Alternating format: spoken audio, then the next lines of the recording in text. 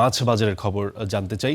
বরগুনা থেকে আমাদের সঙ্গে যুক্ত হয়ে এই সংক্রান্ত খবর জানাবেন নুরুল আহাদ অনিক। কথা বলবো অনিকের সঙ্গে। অনিক, মাছ বাজারে কি মানে দাম কেমন দেখছেন? গত কয়েক সপ্তাহ আমরা যে অভিযোগটি পাচ্ছি যে মাছ বাজারে আসলে দাম বেশ চড়া, আজকের দিনে কি অবস্থা দেখছেন? দিন আপনি যেমনটি বলছিলেন, মাছ বাজারে আসলে দাম অনেক আকাশচুম্বী বলবো আমরা। আজকে বন্ধের দিন শুক্রবার, এই জন্য কিন্তু বেশ ভিড় মাছ বাজারগুলোতে। এবং উপকূলীয় জেলা বরগুনাতে এই মুহূর্তে যে ইলিশ কিন্তু হাতের নাগালের বাইরেই বলতে পারি। আমি যদি আপনাদেরকে বলি, ইলিশ এই মুহূর্তে এক কেজি থেকে 1.5 কেজির যে মাছগুলো রয়েছে সেগুলো কিন্তু 3,000 থেকে 3,500 টাকা কেজি দরে বিক্রি হচ্ছে। এছাড়াও যেগুলো 500 গ্রামের নিচের যে মাছ ইলিশ রয়েছে সেগুলোও কিন্তু 1500 থেকে 2,000 টাকা দরে বিক্রি হচ্ছে। এছাড়া যদি বলি যে চিংড়ি মাছ রয়েছে, সেই চিংড়ি মাছের দামও কিন্তু আকাশ ছোঁয়া 1,000 টাকার উপরে সবগুলোর কেজি।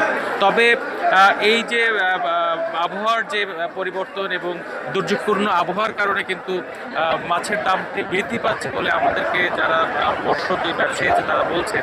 আমরা কথা বলেছিলাম তাদের সাথে, তারা আরও একটি জিনিস বলছেন যে ঘন ঘন লোডশেডিংয়ের ফলে কিন্তু জেলেরা যে বরফ নিয়ে সাগরে যাবে সেটিও যেতে পারছে না।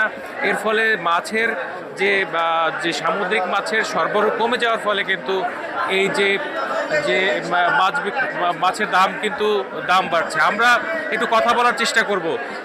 আপনার থেকে মাছের দাম কেমন?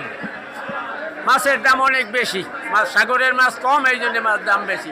পাঙ্গাস বেশি 200 আর 190 টাকা।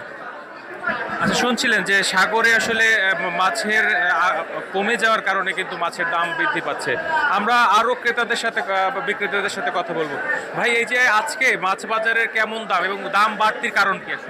দাম বাড়তি মাছ কম, আমাদের বাজারে মাছ প্রচণ্ড কম। মাছ যখন বাড়তি বেশি হয় ওর তো দাম কমেই থাকে, আর মাছই কম। মাছ হলে আবিজি মাছ, ভালো কোনো মাছ নেই। আচ্ছা, তারাও বলছিলেন যে আসলে বিক্রেতারা যারা বলছেন তারা সবাই কিন্তু বলছেন যে মাছের দাম কিন্তু অনেকটাই বাড়তি, কারণ মাছের দাম কম। ভাই, আমরা একটু লাইভে কথা বলতে চাই। ভাই, মাছ কিনতে এসছেন, আজকে মাছের দাম কেমন দেখছেন বাজারে? তেমন দেখি নাই, ঢুকছি আর কি, কিনে নিয়ে চলে যাই, আপনি দেখি নাই। যে আমরা কথা বলার চেষ্টা করছিলাম, যারা ক্রেতা রয়েছেন তারা সবাই কিন্তু বলছেন যে মাছের যে দাম সেটি কিন্তু অনেকটাই বেশি এবং সাগরের মাছ অনেকটা কম। এজন্য যেসব মাছ রয়েছে যেমন পাঙ্গাস মাছ বা অন্যান্য মাছের কিন্তু বাজারে আধিক্য বেশি। আপনাদের যদি বলি, উপকূলীয় জেলা বরগুনা কিন্তু একটি মৎস্য অবতরণ কেন্দ্র রয়েছে যেটি পাথরঘাটে অবস্থিত। সেখান থেকে কিন্তু মূলত সাগরে মৎস্যজীবীরা মাছ ধরতে যান এবং সেখানেই ফিরে এসে মাছ বিক্রি করেন।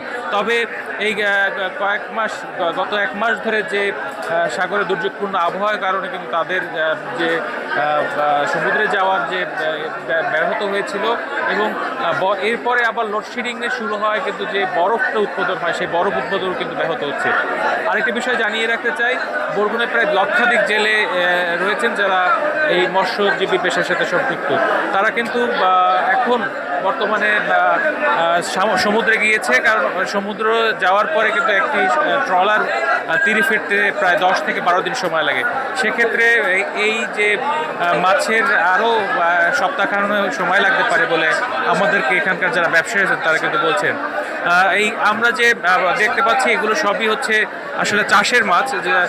আরেকটা জিনিস যদি বলি যে অন্যান্য মাছ কিন্তু কম আমাদের বরগুনা জেলায়। এই যে মুহূর্তে যে সেক্ষেত্রে মাছ থাকার কথা ছিল, অন্য সামুদ্রিক মাছ, সেগুলো অনেকটাই কম।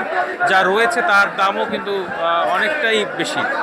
আমরা মৎস্য অধিদপ্তরের সাথে কথা বলেছি, তারা কিন্তু বারবারই বলছেন যে তাদের জেলেরা কিন্তু যে মাছ শিকারে যাবেন সেই পরিস্থিতি কিন্তু বারবারই ব্যাহত হচ্ছে এবং এর কারণেই কিন্তু মাছ তারা ধরতে পারছেন না।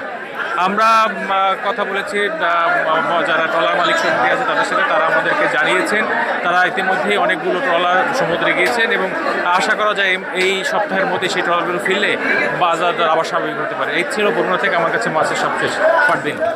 অর্থাৎ অনেক ওই একই বিষয় এখনো কন্টিনিউ করছে যে সরবরাহ কম থাকায় মাছ বাজারের দাম আকাশচুম্বী। আপনাকে ধন্যবাদ আমাদের সঙ্গে যুক্ত হওয়ার জন্য।